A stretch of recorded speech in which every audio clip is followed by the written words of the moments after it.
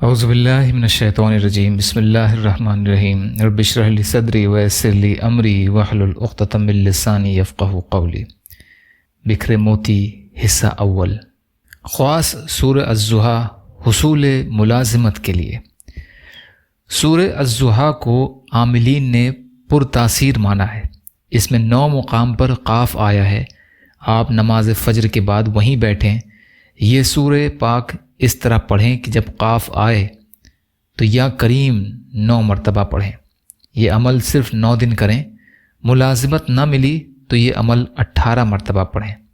اگر پھر بھی حاجت پوری نہ ہو تو 27 مرتبہ پڑھیں اور ہر قاف پر 27 مرتبہ یا کریم پڑھیں۔ بفضل اللہ شرطیہ ملازمت مل جائے گی انشاءاللہ۔ امام مالک رحمۃ اللہ علیہ کا واقعہ۔ کچھ حاسدوں نے امام مالک رحمۃ اللہ علیہ کی سخت مار پیٹ کی۔ خلیفہ وقت سزا دینا چاہتا تھا۔ حضرت امام مالک رحمۃ اللہ علیہ نے سواری پر سوار ہو کر شہر میں اعلان کیا، میں نے ان سب کو معاف کیا، کسی کو سزا دینے کا کوئی حق نہیں۔ امام احمد بن حنبل رحمۃ اللہ علیہ کا واقعہ۔ امام احمد بن حنبل رحمۃ اللہ علیہ کو خلیفہ کوڑے لگواتا۔ امام صاحب ہر روز معاف کر دیتے۔ پوچھا گیا کیوں معاف کر دیتے ہیں؟ فرمایا میری وجہ سے حضور صلی اللہ علیہ وسلم کے کسی امتی کو قیامت میں عذاب ہو، اس میں میرا کیا فائدہ ہے۔ ابراہیم بن ادہم رحمۃ اللہ علیہ کا واقعہ۔ حضرت ابراہیم بن ادہم رحمۃ اللہ علیہ کو سپاہی نے جوتے مارے۔ بعد میں اس کو معلوم ہوا کہ یہ بہت بڑے بزرگ ہیں۔ اس نے معافی چاہی۔ فرمایا دوسرا جوتا مارنے سے پہلا معاف کر دیتا تھا۔ اکابر کے حالات سے تاریخ بھری ہوئی ہے۔ حالات مرض کی دعا۔ جو شخص حالات مرض میں یہ دعا 40 مرتبہ پڑھے، اگر مرا تو شہید کے برابر ثواب ملے گا، اور اگر اچھا ہو گیا تو تمام گناہ بخشے جائیں گے۔ لا الہ الا انت سبحانک انی کنت من الظالمین۔ ننگے سر کی شہادت قبول نہیں۔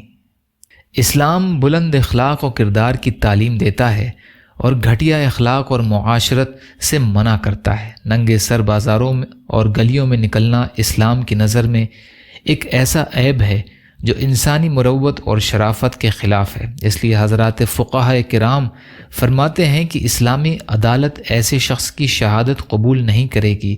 مسلمانوں میں ننگے سر پھرنے کا رواج انگریزی تہذیب اور معاشرت کی نقالی سے پیدا ہوا ہے، ورنہ اسلامی معاشرت میں ننگے سر پھرنے کو عیب تصور کیا جاتا تھا۔ نماز کی برکت۔ عطا ارزق کو ان کی بیوی نے 2 درہم دیے تاکہ اس کا آٹا خرید کر لائیں۔ جب آپ بازار کو چلے تو راستے میں غلام کو دیکھا کہ کھڑا رو رہا ہے۔ جب اس سے وجہ پوچھی تو اس نے کہا کہ مجھے مولا نے 2 درہم دیے تھے سودے کے لیے، وہ کھو گئے، اب وہ مجھے مارے گا۔ حضرت نے دونوں درہم اسے دے دیے اور شام تک نماز میں مشغول رہے اور انتظار کر رہا تھا کہ کچھ ملے۔ کچھ حاصل نہ ہوا۔ جب شام ہوئی تو اپنے ایک دوست بڑھئی کی دکان پر بیٹھ گئے۔ اس نے کہا یہ خورا لے جاؤ، تندور گرم کرنے کی ضرورت ہو تو کام آئے گا، اور کچھ میرے پاس نہیں ہے جو آپ کی خدمت کروں۔ آپ وہ خورا ایک تھیلے میں ڈال کر تشریف لے گئے اور دروازے ہی سے وہ تھیلا گھر میں پھینک کر مسجد تشریف لے گئے اور نماز پڑھ کر بہت دیر تک بیٹھے رہے تاکہ گھر والے سو جائیں اور ان سے مخاصمت نہ کریں۔ پھر گھر آئے تو دیکھا کہ وہ لوگ روٹی پکا رہے تھے۔ فرمایا تمہیں آٹا کہاں سے ملا؟ کہنے لگے وہی ہے جو آپ تھیلے میں لائے تھے، ہمیشہ اسی شخص سے خرید لایا کیجیے جس سے آج خریدا ہے۔